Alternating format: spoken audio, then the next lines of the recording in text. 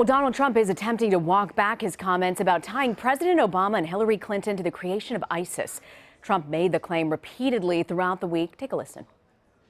ISIS is honoring President Obama. He is the founder of ISIS. He's the founder of ISIS, okay? He's the founder.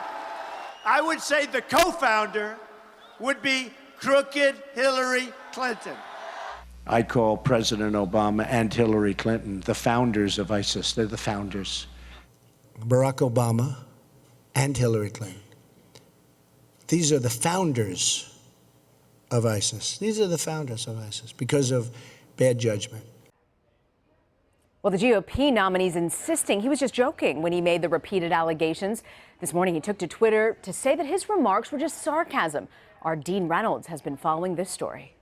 I call President Obama and Hillary Clinton the founders of ISIS. These are the founders of ISIS. Barack Obama is the founder. Campaigning across Florida Thursday, Donald Trump repeated over and over that President Obama created the terror group ISIS. You meant that he created the vacuum, he lost the peace. No, I meant he's the founder of ISIS. I do. But he's not sympathetic to them. He hates them. He's trying to kill them. He was the founder. Trump says now he was being sarcastic, but pointed to specific policies as evidence. Folks, we should have never been in Iraq. We were going to destabilize the Middle East. I said it. I was a civilian. Nobody But cared. before the war began, Trump supported going into Iraq and even praised the invasion in 2003 once it began. It looks like a tremendous success from a military standpoint. But by 2007, Trump's feelings had changed and he was calling for U.S. troops to come home.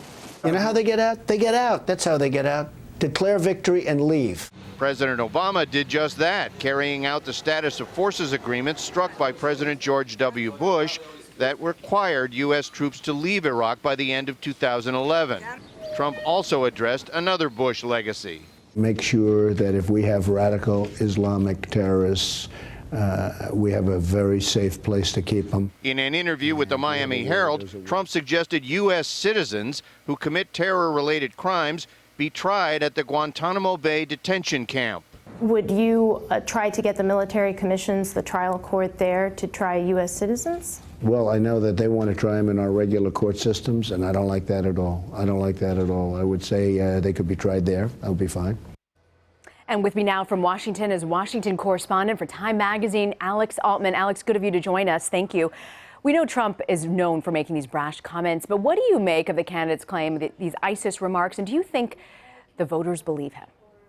Well, I don't think the voters believe him. I don't think Republicans believe him. And I think more than anything else, it's another lost day to another incendiary controversy. One thing that's got Republicans so frustrated is that since the end of the convention in Cleveland, Donald Trump has squandered virtually every day with another episode of score settling, another incendiary remark, another attempt sort of to make an outrageous statement that the crowd enjoys at his rallies, but which takes the focus away from Hillary Clinton. And you co-authored the cover story for Time Magazine this month, which reports on Trump's sinking poll numbers and the warning signs from the Republican National Committee chairman, Reince Priebus, that the GOP nominee is heading up to an election here. The numbers don't look good. And the new poll numbers out as well today show Clinton widening her lead in key swing states. So what position does this put party leaders? Well, party leaders are in a very difficult position, particularly those, who obviously are very loyal to the party. They have to worry about split-ticket voters.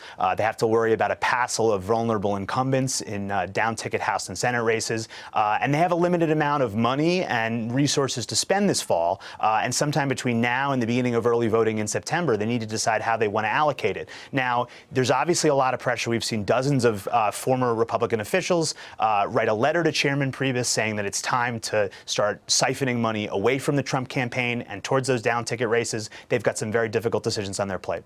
Yeah, that's interesting. There was you were mentioning about that group of 70 Republicans who signed an open letter to the RNC. They specifically called for the party to actually defund the Trump campaign. I'm curious, do you think the party will eventually reach a tipping point? Is there a point of no return on this? Well, that's a deliberation that's taking place inside the RNC building, certainly one that's being eagerly anticipated by Senate and House campaigns across the country. Obviously, it would be irregular for the party to essentially abandon its presidential nominee. However, it has happened in the past. I mean, in 1996, we saw RNC Chairman Haley Barbour decide to redirect a lot of the Republican Party's resources towards House and Senate races rather than try to save Bob Dole, who was a Republican in great standing, beloved obviously within the party, and certainly in a better position than Mr. Trump appears to be today. I'm curious, though, Alex, do you think it's just too late?